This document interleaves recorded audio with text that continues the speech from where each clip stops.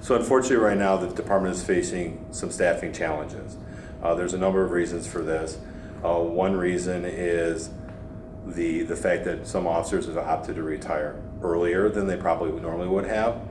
And with the recent COVID-19 pandemic and the unprecedented lateral opportunities for officers, a lot of officers have left the Evanston Police Department for other suburbs, which they feel they're valued more and there's more political stability.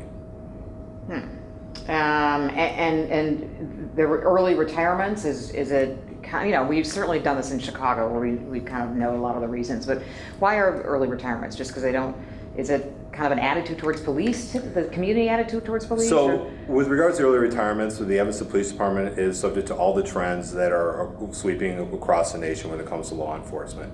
And then we also have some of the similar trends that other politically similar communities have, such as Seattle or Minneapolis, where you see officers that feel that they're not necessarily supported by a minority of group of loud voices, as compared to the majority of supportive people, that they feel that it's retiring earlier rather than later is in the best interest for them and their families. So how is it affecting you guys?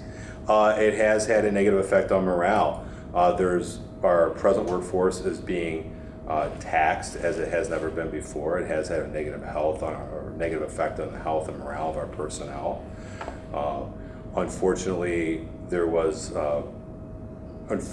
our people have felt undervalued, and that's important for any employee. Police officers are no exception. Going back over a year when we faced some protests, defund the police was painted in front of the station, and the department was slow to remove it. Unfortunately, that gave the perception to our officers that they were not valued by the community or by the department or the city. And so then in terms of these staffing shortages, how are you handling it, and how's it affecting day-to-day operations? So the day-to-day operations are affected. We had to change our patrol schedule to 12-hour shifts. That is significant for a department like Evanston, which is relatively active and provides a lot of service. 12-hour shifts can be very demanding to the routine day of a patrol officer. So I will cite recently where an officer had to go to a shooting with a 13-year-old victim, render life-saving aid, and then still had 11 hours in his shift to go. That is not necessarily an everyday occurrence, but it is not circumstances like that where officers are faced with, I would say, high-stress situations and then have to go back to completing their shift is not uncommon.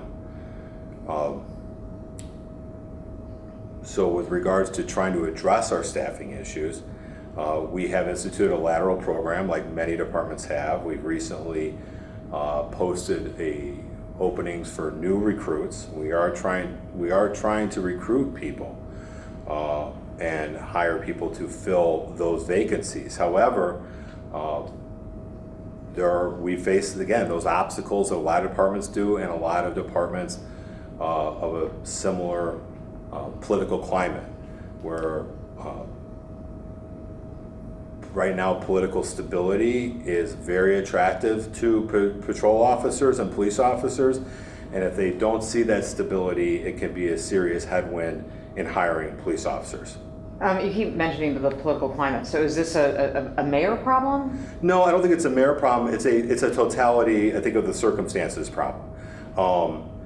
I referenced earlier in our interview, we do face, I would say, a minority of residents that are very loud. They are well-intentioned, but I would say grossly underinformed, and they kind of come with a defund or bust mentality. That does not facilitate the efforts that the city and the department need to do to hire and value first responders, to do their job and do it effectively. Day-to-day walking around, I think the average officer probably gets a lot of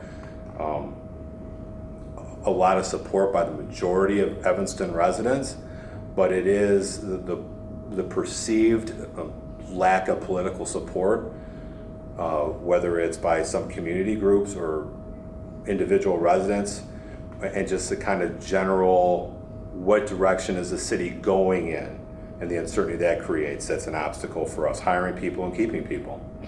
Besides the 12-hour shifts, what else have you done to accommodate this staffing shortage? So we did the 12-hour shifts to boost our coverage on patrol. Unfortunately, we've had a number of detectives lateral out of our police department. That is an unheard of decision typically made by officers to leave a detective spot in one agency to assume a patrolman spot in another agency is alarming. So our detective bureau is down probably 50% compared to what it was a couple of years ago. And because of that, we've had to reduce some routine services that we would provide our citizens with regards to what we will and will not follow up in an investigation. Which is what?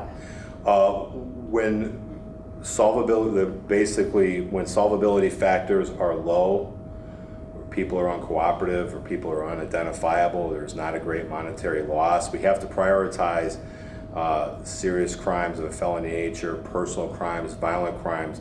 We need to put our resources there as much as possible, and have had to kind of walk away from not routinely assigning those cases where solvability factors were low, but we still wanted people to receive service.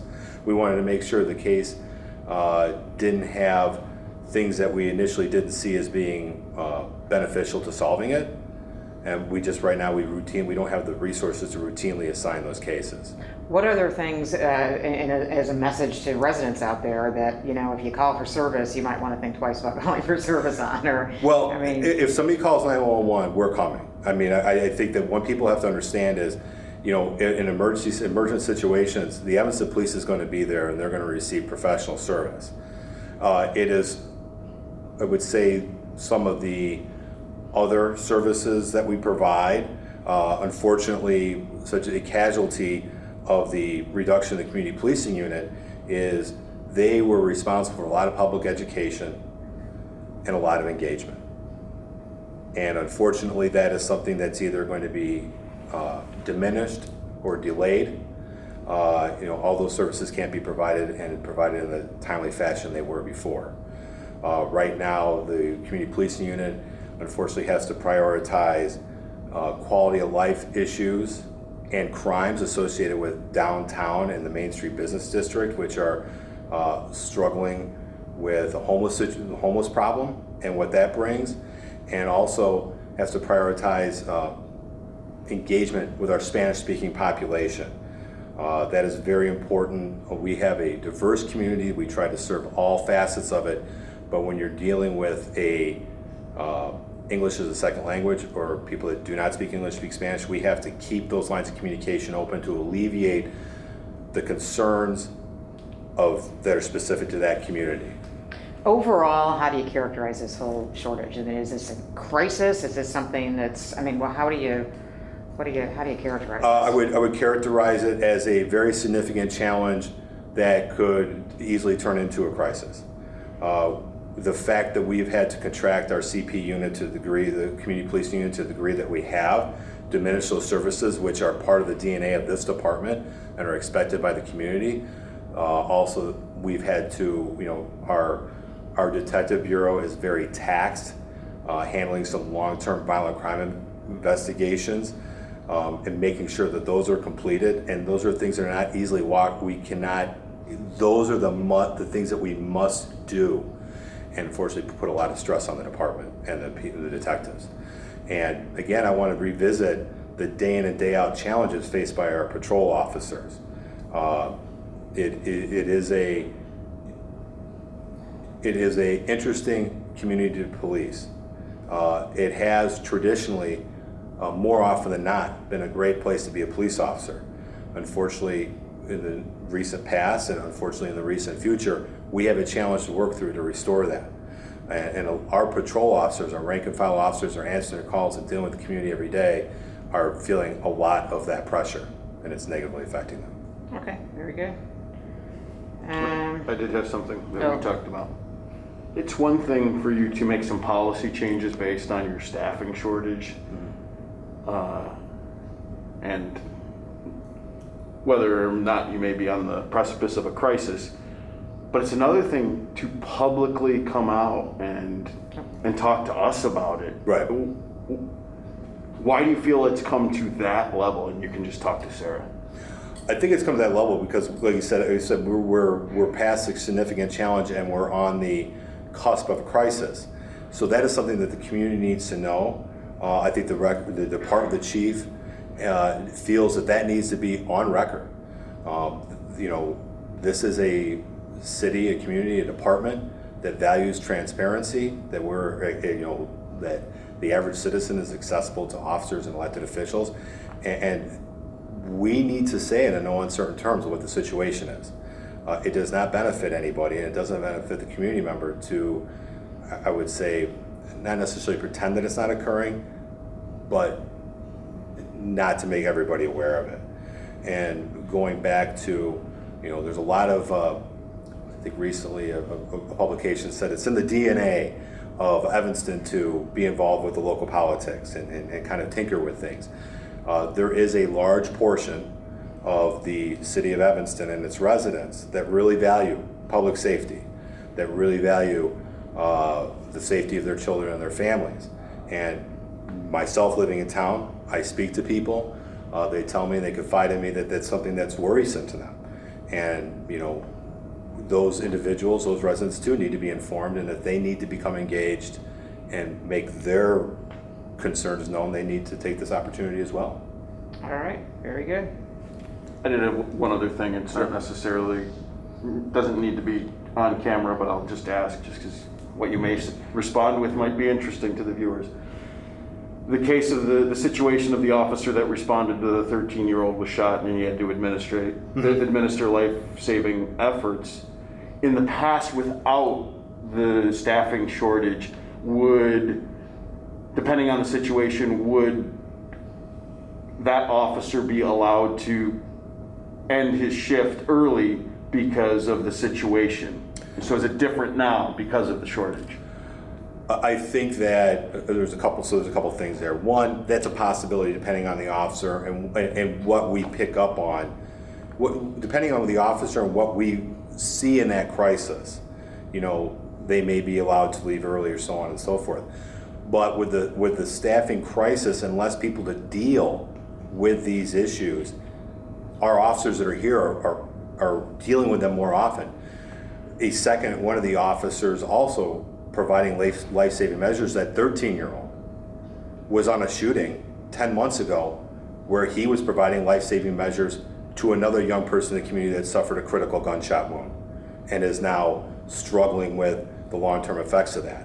So it is, we are evolving our care to our officers post critical incident and for prolonged stress. But the less officer, the incidents are not decreasing. One could argue they're increasing, and there's less officers to deal with it, which means the average patrol officer and the average detective and all officers in the department are going to be facing those situations more and more because there's less people to handle more situations. And they're not going to have time to deal Right. with the mental health part of it. Right. We are being very proactive in evolving our approach to officer mental health.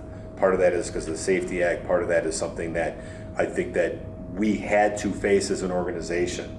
But unfortunately, during in-progress incidents, things get missed and we can't revisit them till later.